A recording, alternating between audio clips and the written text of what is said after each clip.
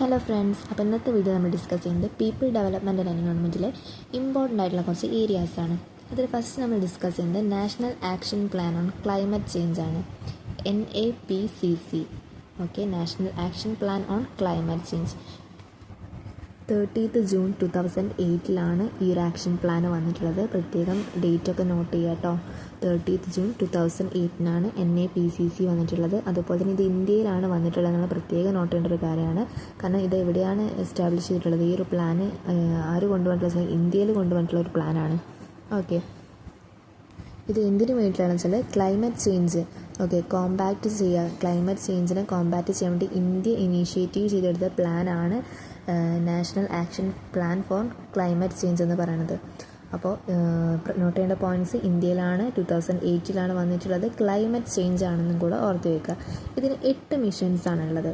National solar mission, enhanced energy efficiency, sustainable habitat, national water mission, sustaining Himalayan ecosystem, green India mission, sustainable agriculture, strategic knowledge for climate change. These are the 8 points.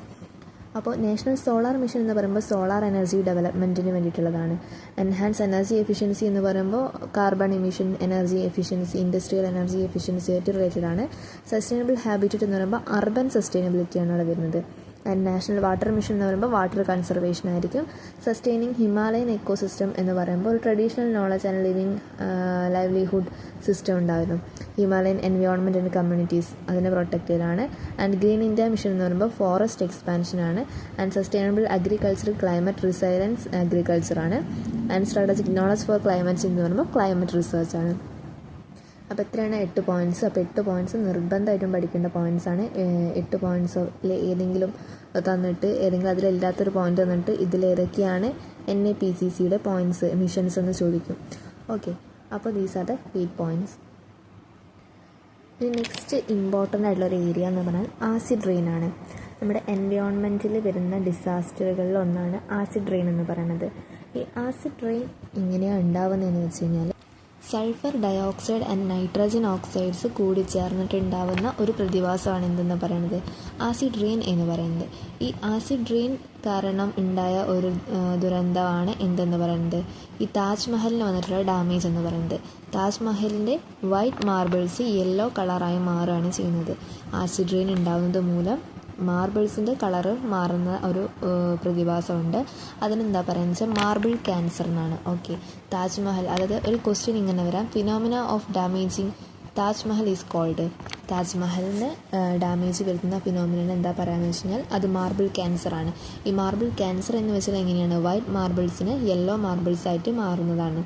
Acid rain mixture of sulphuric acid and nitric acid, sulphur dioxide and nitrogen oxide. അതുപോലെ തന്നെ question ഇങ്ങനെയും വരാം, the phenomena of marble cancer is due to. Marble cancer ഉണ്ടാകുന്നത് എന്ത് കാരണമാണ്? Acid rain കാരണമാണ് അല്ലേ. Okay, ഇനി നമുക്ക് നെക്സ്റ്റ് ഒരു ഇമ്പോർട്ടൻ്റ് ആയിട്ടുള്ള പോയിൻ്റ് എന്ന് വെച്ച് കഴിഞ്ഞാൽ airborne diseases and waterborne diseases. തന്നിരിക്കുന്നതിൽ ഏതൊക്കെയാണ് എയർബോൺ ഡിസീസസ് അല്ലെങ്കിൽ ഏതാണ് വാട്ടർ ബോൺ ഡിസീസ് അങ്ങനെ ചോദിക്കാനുള്ള ചാൻസ് ഉണ്ട്. അപ്പോൾ എയർബോൺ ഡിസീസസ് ആണ് anthrax, chickenpox, influenza, measles, smallpox, tuberculosis etcetera.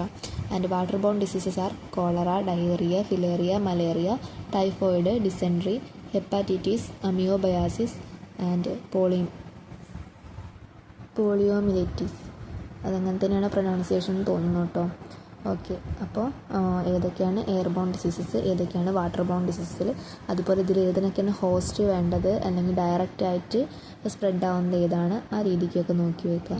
Okay, അപ്പോൾ ഇന്നത്തെ ക്ലാസ് ഇത്രയേ ഉള്ളൂ കേട്ടോ. ബാക്കി ഇമ്പോർട്ടൻറ്റ് പോയിൻറ്റ്സ് ആയിട്ട് നെക്സ്റ്റ് ക്ലാസ്സിൽ കാണാം.